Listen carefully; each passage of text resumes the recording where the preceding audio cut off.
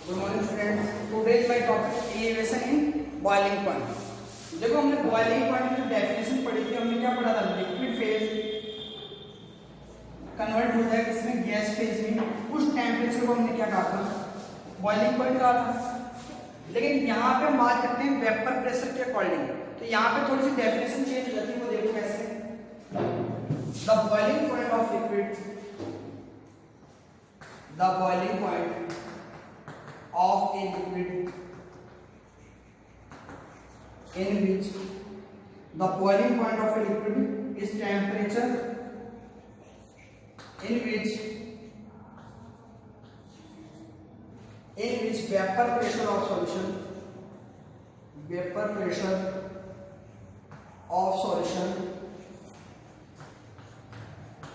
is equal to atmospheric pressure. समझाता हूं आपको ये कैसे होता है। देखो एटमॉस्फेरिक प्रेशर, ये आपके डेफिनेशन थी। The boiling point of a liquid is temperature which it vapour pressure is equal to atmospheric pressure. देखो इसको समझो कैसे। मान लीजिए आपने एक बीकर लिया है, उसमें आपने लिक्विड लिया, उसको आप क्या करोगे? हीट करोगे। जैसे ही आप हीट करोगे वहां पे वेपर बनेगी। वेपर के कारण क्या होगा? वेपर प्रेशर क्रिएट होगा। तो ये क्या कहता है कि वह टेम्परेचर जिस पर ये वेपर प्रेशर क्या हो जाए, बाहरी जो एटमॉस्फेयर है, एटमॉस्फेयर होता है वायुमंडलीय दाब, आप जानते हो। तो ये बाहरी जो एनवायरमेंटल एटमॉस्फेयर है उससे क्या हो जाता है? इक्वल हो जाता है। उस टेम्परेचर को हम क्या कहते हैं? बॉइलिंग पॉइंट कहते हैं। ये क्या डेफिनेशन कहां से? वेपर प्रेशर के अकॉर्डिंग पढ़ रहे हैं। वह टेम्परेचर जिस पर वेपर प्रेशर और एटमॉस्फेरिक प्रेशर क्या हो जाए? इक्वल हो जाए, उसको हमने क्या कहा है? Boiling point of a liquid का। ये डेफिनेशन ध्यान में रखनी। आगे देखिए सेकंड पॉइंट बताता हूं। देखो जैसे जैसे आपने क्या किया, इसमें नॉन वोलेटाइल आपने क्या किया? सॉलिड को ऐड किया। जैसे आप नॉन वोलेटाइल सॉलिड को क्या करोगे? ऐड करोगे, तो आप देखोगे यहाँ पे जो वेपर बन रही है वो क्या होगी? कम बनेगी। उनकी क्वांटिटी क्या हो जाएगी? कम हो जाएगी। तो वो जो वेपर प्रेशर हो जाएगा वो क्या हो जाता है? डिक्रीज हो जाता है। तो मैं कह देता हूँ अगर नॉन वोलेटाइल सॉलिड में अगर ऐड करता हूँ तो सॉल्यूशन का जो वेपर प्रेशर वो क्या हो जाता है? डिक्रीज हो जाता है। लेकिन अब उसको मुझे क्या करना है? इसके बराबर करना है 1 एटमॉस्फेयर के, तभी तो मेरा बॉइलिंग पॉइंट आएगा इसमें। तो इसके लिए मुझे क्या आवश्यकता पड़ेगी? मोर टेम्परेचर की रिक्वायरमेंट होगी। तो इसका मतलब मैं कह सकता हूं, यहाँ पे देखो आप लिख देना, जब आप क्या करोगे? नॉन वोलेटाइल सॉलिड ऐड करोगे, ठीक है? तो सॉल्यूशन का क्या हुआ? Solution vapour pressure decrease. इसके कंपैरिजन में यहां पे जो आपने क्या लिया था? सॉल्वेंट लिया था, उसके कंपैरिजन में क्या हो जाएगा? कम हो जाएगा। यानी मैं कह दूं यहां पे जो आपका वेपर प्रेशर है वो सॉल्यूशन का क्या होता है? कम होगा। किससे? सॉल्यूट के सॉल्वेंट के वेपर प्रेशर से। तो मैं लिख देता हूं यहां पे वेपर प्रेशर किसका? सॉल्वेंट का। लेकिन अगर मैं बात करूं यहां पे किसकी? बॉइलिंग पॉइंट की, तो बॉइलिंग पॉइंट तो किसका होगा? सॉल्यूशन का अधिक होगा, क्योंकि इसको मोर टेम्परेचर की रिक्वायर होगी और सॉल्वेंट का क्या हो जाएगा? वेपर प्रेशर कम हो जाएगा। तो देखो मैं एलिवेशन इन बॉइलिंग पॉइंट को मैं डिनोट करता हूं डेल्टा टीबी से। एलिवेशन इन बॉइलिंग पॉइंट को किससे डिनोट कर रहा हूं मैं? डेल्टा टीबी से। अब हमें पता है कि यहां पे जो बीटीन होता है, सॉल्यूशन होता है, सॉल्यूशन का बॉइलिंग पॉइंट क्या होता है? अधिक होता है। तो मैं यहां पे लिख देता हूं टीबी माइनस कम किसका होता है? सॉल्वेंट का। तो उसको लिख देता हूं मैं टीबी नॉट। ये इक्वेशन आ गई हमारे पास। कैसे निकाला हमने? एलिवेशन बॉइलिंग पॉइंट, बीटीन का बॉइलिंग पॉइंट। देखो ये हमारे पास टीबी क्या है? Boiling point of solution. और ये हमारे पास क्या है? Boiling point of solvent. इन दोनों के बीच का जो डिफरेंस आएगा वही हमारे पास क्या आएगा? Elevation boiling point delta TB. तो देखिए इन्होंने एक ग्राफ डिनोट किया। यहां इन्होंने वेपर प्रेशर, यहां पे इन्होंने किया टेम्परेचर। इन्होंने यहां पे मान लिया कि प्रेशर 1 एटमॉस्फेरिक प्रेशर है, ठीक है? क्या मान लिया? प्रेशर मान लिया 1 एटमॉस्फेरिक प्रेशर। अब मान लीजिए कोई भी आपका जो सॉल्यूशन था, सॉल्वेंट था, प्योर सॉल्वेंट था, मान लीजिए उसका मास भाग यहाँ था कोई बिंदु पर। अब आपको उसने हीट देना काट दिया तो एक कंडीशन ऐसी आएगी तो वो क्या कर जाएगा 1 एटमॉस्फेयर के बराबर हो जाएगा, इसको काट देगा। ये किसका था? हमारे पास सॉल्वेंट का। अब दूसरी बात हम देखते हैं, जैसे इसमें क्या मिला है, नॉन वोलेटाइल सॉल्वेंट मिला है, जैसे नॉन वोलेटाइल सॉल्वेंट मिला है इसका वेपर प्रेशर क्या हो जाएगा? कम हो जाएगा। और क्या बन जाएगा? सॉल्यूशन बनता है आपका, यानी सॉल्यूशन का वेपर प्रेशर मान लो कम हो गया इससे। इसको फिर हमें क्या करना पड़ेगा? मोर टेंपरेचर की रिक्वायर होगी। मैं इसको बढ़ाते जाता हूं तो क्या मिलेगा? एक कंडीशन ऐसी आएगी इसमें क्या हो जाएगा? एक एटमॉस्फेरिक प्रेशर इक्वल हो जाएगा। अब देखो आपको स्पष्ट दिखाई दे रहा है, इसके लिए तो आपको इतने टेंपरेचर की रिक्वायर होती है, जबकि सॉल्यूशन के लिए आपको क्या होती है? मोर टेंपरेचर की रिक्वायर होती है। क्यों? क्योंकि आपने क्या मिला दिया इसमें? नॉन वोलेटाइल सॉल्वेंट मिला दिया इसके अंदर, तो आपको मोर टेंपरेचर की रिक्वायर होगी। इसको मैं लिख देता हूं, ये किसका सॉल्यूशन का है, इसको लिख देता हूं टीपी। ये किसका सॉल्वेंट का है? TP not. ये जो डिफरेंस आता है इसको हमने क्या कहा? डेल्टा टीबी का। ये क्या था? हमारा एलिवेशन इन बॉइलिंग पॉइंट। तो देखो ग्राफ समझ में कुछ नहीं करना आपको। मान लीजिए आपने सॉल्वेंट लिया था, उसको आप हीट दे रहे हो, टेंपरेचर दे रहे हो, एक कंडीशन ऐसी आएगी कि टेंपरेचर को क्या हो जाएगा? एटमॉस्फेरिक प्रेशर इक्वल हो जाएगा, उसको हमने क्या कर दिया? TB naught. जैसे भी नॉन वोलेटाइल मिला है, पता है क्या हो जाएगा? सॉल्यूशन का वेपर प्रेशर कम हो जाएगा, उसको फिर हमें मोर टेंपरेचर की रिक्वायर होगी, जिसको हमने क्या कहा? टीबी। और इसका जो डिफरेंस है उसको हमने क्या कह दिया? Delta TB. तो देखो यहां से एक चीज निकल के आएगी, ये डेल्टा टीबी होता है वो किसके इक्वल आ रहा है भाई? ये एलिवेशन क्या आ रहा है? बॉइलिंग पॉइंट है, वो किसके इक्वल आ रहा है? प्रेशर के इक्वल आ रहा है। तो यहां पे मैं कह देता हूं ये जो प्रेशर होता है हम जानते हैं किसके इक्वल होता है। हमने कहा था राउट फ्लो पढ़ा था, उसके अंदर हमने कहा था प्रेशर क्या होता है? कंसंट्रेशन पे डिपेंड करता है किसके? सॉलिड को जो आप ऐड कर रहे हो उसमें। तो मैं यहां मान लेता हूं, मान लीजिए ये सॉलिड की क्या हो जाएगा? कंसंट्रेशन पे डिपेंड करता है, तो मैं डायरेक्ट लिख दिया। अब हमने कंसंट्रेशन को अलग अलग फॉर्म में पढ़ा था, मोलरिटी के फॉर्म में, नॉर्मेटिव के फॉर्म में, मोल फ्रैक्शन के फॉर्म में। तो इन्होंने क्या कहा? डेल्टा टीबी होता है आपके पास, मैं इसको डेल्टा टीबी समानुपाती में लिख देता हूं। डेल्टा टीबी ये समानुपाती होता है किसके? एक्स बी के। और बी क्या है हमारे पास? सॉलिड था।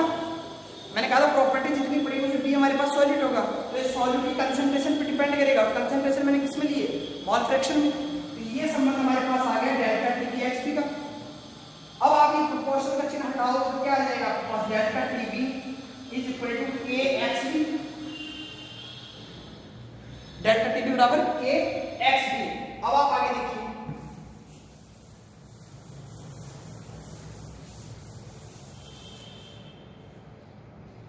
अब आप जानते हो आपके पास एक्स बी क्या था? Number of moles B, number of moles A plus number of moles B. ये आपने पढ़ा था, मोल फ्रैक्शन होता है आपकी। अब नंबर ऑफ मोल बी कैसे निकालेंगे? W B upon M B, यानी वेट ऑफ जो आपको गिवन है और मॉलिक्यूलर वेट आ जाएगा upon W A upon M A. ये मैं डिस्क्राइब कर चुका हूं पिछली क्लास में आपको, W B upon M B. अब मैं इसकी वैल्यू यहां पर कर सकता हूं एक्स बी में। तो देखिए मेरे पास क्या आ जाएगा? Delta TB is equal to K W B M B upon W A M A plus W B M B. एक प्रॉब्लम कोई नहीं। फिर देखो मैंने सॉल्यूशन क्या किया? डाइल्यूट कर रहा हूं मैं। सॉल्यूशन को हमने क्या किया है? डाइल्यूशन किया है इसको। अब मैंने जैसे डाइल्यूट करूंगा तो मैं किसकी क्वांटिटी इंक्रीज कर रहा हूं? सॉल्वेंट की क्वांटिटी इंक्रीज कर रहा हूं तभी डाइल्यूट होगा। अब जैसे ही मैं सॉल्वेंट की क्वांटिटी इंक्रीज करूंगा तो मेरे पास ये सॉल्वेंट के जो मोल्स हैं वो क्या हो जाएंगे? नेगेटिव हो जाएंगे। नेगेटिव बराबर हो जाएंगे। मैं लिख देता हूं यहां पे डायरेक्शन जैसे आप करते हो तो W A upon M A, ये क्या होते हैं? मोर हो जाएंगे। नंबर ऑफ मोल सॉल्वेंट में क्या हो जाएंगे? इंक्रीज हो जाएंगे, जबकि डब्ल्यू बी और एम बी क्या हो जाएंगे? डिक्रीज हो जाएंगे। तो इसको हमने क्या मान लिया? नेगेटिव मान लिया। इसको हमने क्या कर दिया? नेगेटिव कर दिया, क्योंकि इसकी क्वांटिटी क्या होगी? बहुत ही कम हो गई, इसलिए इसको क्या कर दिया? नेगेटिव कर दिया। अब देखिए आप आगे, जैसे ही हमने इसको नेगेटिव किया तो हमारे पास क्या है? Delta TB is equal to K W B upon M B. पीछे क्या बचा? यहाँ पे डब्ल्यू ए ऊपर क्या चला जाएगा? एम बचा ही आपके पास। इसको आपने क्या कर दिया? नेगेटिव मान लिया। ये तो लिखा है मैंने, इसको बस ऊपर कर दिया मैंने, ऊपर का नीचे कर दिया। इसको मैं ऐसे लिख सकता हूं के, ठीक है, WA अपॉन M ऊपर गया, M is WB upon MB into WA। इस प्रकार मैं लिख सकता हूँ बात की, बस मैंने M किसके साथ लिख दिया, K के साथ लिख दिया। फिर देखिए इन्होंने इसको और सॉल्व किया, इन्होंने इसको क्या लिखा, इसको इन्होंने लिखा KB, क्या लिखा KB, और इसको इन्होंने किसके बराबर किया, M मोलरिटी के, क्योंकि मोलरिटी क्या थी हमारे पास, number of moles of solute. तो देखिए आप ये moles weight upon molecular weight क्या था, मोल्स होता है आपके पास सॉल्यूट का, अपॉन क्या था, वेट इन सॉल्वेंट का, वेट किया था हमने किसमें, केजी का। तो यहाँ पे जो वेट आपके किसमें, ग्राम में जो केजी में कन्वर्ट करेंगे, बाद में किसमें आ जाएगा, पर 2000 चला जाएगा, वो आगे देखेंगे रिलेशन किसने बताया, वन टॉप ने बताया। देखो ये आ गया केपी बाई एम। अब आगे चलते हैं,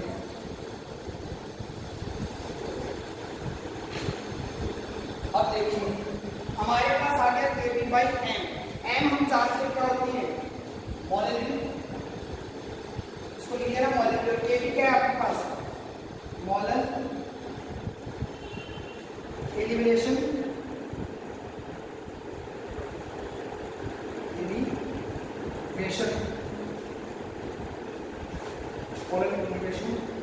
बॉइलिंग पॉइंट कांस्टेंट। ये क्या हो जाता है, कांस्टेंट है किसका, एलिवेशन बॉइलिंग पॉइंट का मोलर के रूप में, या फिर लिख दो सीधा molar elevation constant. Boiling point नहीं लिखते तो कोई बात नहीं, डायरेक्टली लिख सकते हो मोलर एलिवेशन कांस्टेंट। तो समझ में आ गया यहाँ तक। तो अब मोलरिटी हमने देखा था, ये तो ग्राम में हमारे पास हमने पढ़ी थी मोलरिटी क्या होती है, अभी हमने पढ़ा है WB and the number of moles of solute into upon में क्या था, वेट था किसका, सॉल्वेंट का, सॉल्वेंट का वेट आ गया W। अब ये किसमें है, ग्राम में है, तो हम इसको लेके जाएंगे तो क्या आ जाएगा, 1000 किलो में आ जाएगा। ये हमारे पास मोलरिटी थी हमारी। अब देखिए इसका मैं मान कहाँ कर देता हूँ, KB बाई M में, तो डेल्टा T बराबर किसके आ जाएगा, KB WB upon MB into 1000 upon WA। आगे अब मुझे यहाँ पे नंबर ऑफ मॉलिक्यूलर क्या क्या कहते हैं, इसको सॉल्वेंट सॉल्यूट का भी क्या निकालना है, मॉलिक्यूलर वेट का कैलकुलेट करना है। तो हम क्या करेंगे, इसको धरने जाएंगे MB, तो क्या आ जाएगा KB अपॉन डेल्टा TB, आगे किसकी इक्वल आ जाएगी, WB अपॉन WA इंटू 1000। इससे आप क्या निकाल रहे हो, मॉलिक्यूलर वेट निकाल रहे हो इसका, सॉल्यूट का। इस फॉर्मूले पे आपके न्यूमेरिकल्स आते हैं।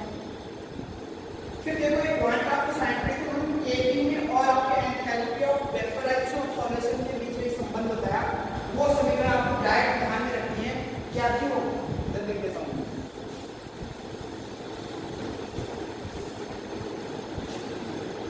देखो केपी क्या था, इन्होंने किसने बताया, वन हाफ में बताया, यहाँ पे इसको one half KB equal to MAR TB का स्क्वायर और डेल्टा H वेपर इंटू 1000। ये रिलेशन किसने बताया, किसने बताया इन्हें, KP और डेल्टा H वेपर के बीच में रिलेशन बताया इन्हें। तो लिख लेना डेल्टा H क्या है हमारे पास, enthalpy of vaporization of solution, enthalpy of vaporisation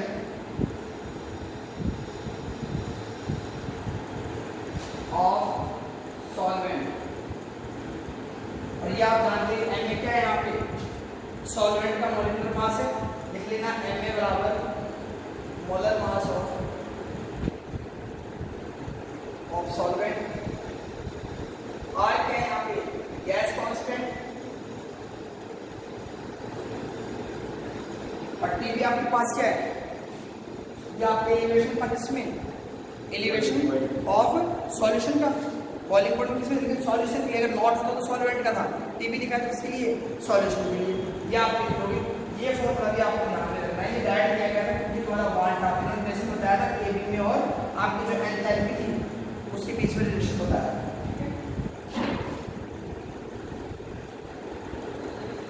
तो इसके नीचे लिख लेना Kb इज रिलेटेड टू, ये जो संबंध है Kb is related to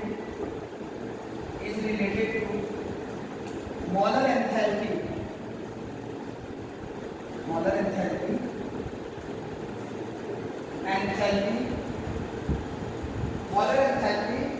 of vaporization of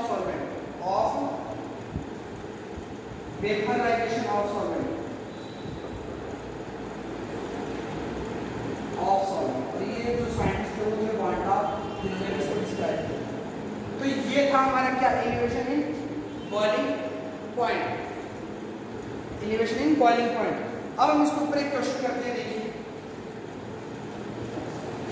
आपको ये फॉर्मूला ध्यान कौन से रखना है, एमडीएफ वाला ध्यान में रखना है। इससे हम क्या करेंगे, सॉल्वेंट का मॉलिक्यूलर क्या कर लेते हैं, मास कैलकुलेट कर देते हैं। मैं इसलिए एक क्वेश्चन बताता हूँ आपको, देखिए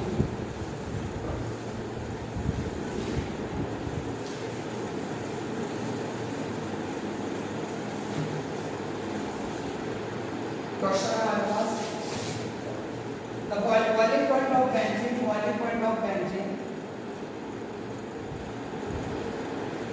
353.23 केल्विन, कितना है 353.23 kelvin becomes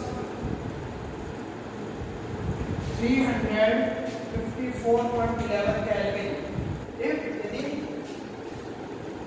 1.8 gram non volatile solute is added in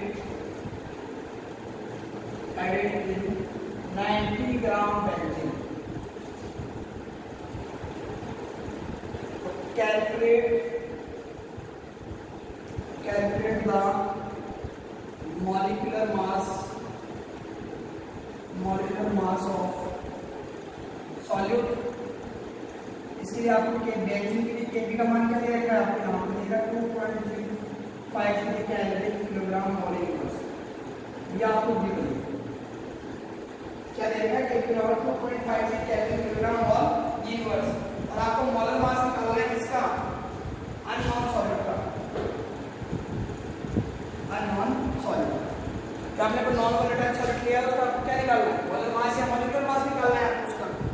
तो देखिए सबसे पहले हम बात करेंगे Kb का मान आपको गिवन है प्रश्न में 2.53।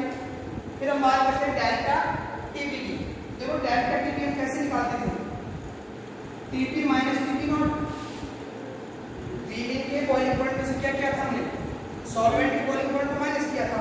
तो विलिन का हमारे पास कितना है 354.11 हो जाएगा। तो विलिन जब आप ऐड कर देंगे इसके अंदर कितना आ गया 354.11 माइनस, पहले कितना था बेंजीन का, ये आपके पास सॉल्वेंट है बेंजीन, इसका था 353.23, तो कितना आ गया 353.23। जब आप इसको सॉल्व करेंगे तो ये आएगा 0.88 आएगा। आपके पास डेल्टा Tb भी आ गया। मेरे पास दो वैल्यू क्या निकालना है, Mb निकालना है। तो यहाँ पे मैंने लिख दिया 2.53, नीचे क्या कर दिया 0.88 केल्विन।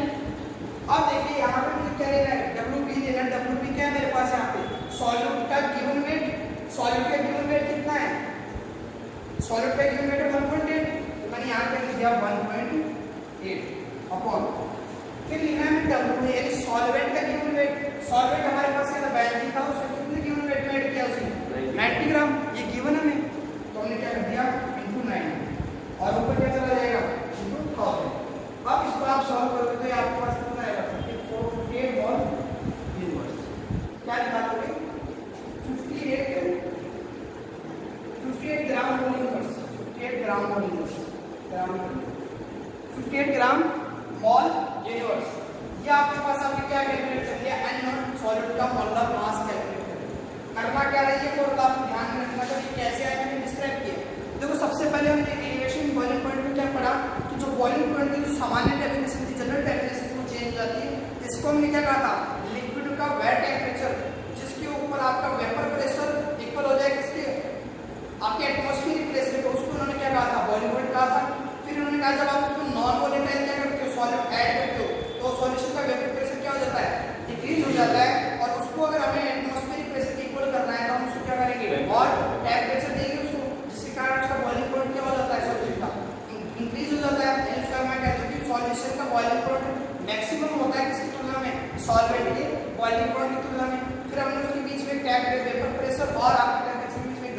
किया था, वहां से हमने एलिवेशन बॉइलिंग पॉइंट निकाला था डेल्टा टी। फिर हमने क्या कहा, ये सभी जो आपके बॉइलिंग पॉइंट है और जो आपके प्रेशर है वो ओवरऑल फ्लो के अकॉर्डिंग किस पे डिपेंड करते हैं, कंसंट्रेशन के ऊपर डिपेंड करते हैं, वो भी सॉलिड की। तो सॉलिड हमने क्या लिया था, मॉलिक्यूल के रूप में ले लिया था।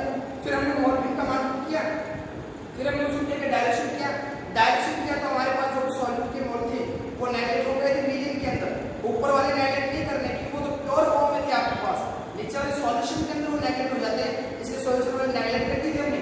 उस फॉर्मूले को हमने लिखा, फिर हमने देखा वो फॉर्मूला था वो मोलरिटी क्या आ रहा था, प्रोपोर्शनल आ रहा था। फिर हमने मोलरिटी का फॉर्मूला उसको डिस्क्राइब किया, ग्राम से हमने किसमें कन्वर्ट कर दिया, किलोग्राम में कन्वर्ट कर दिया।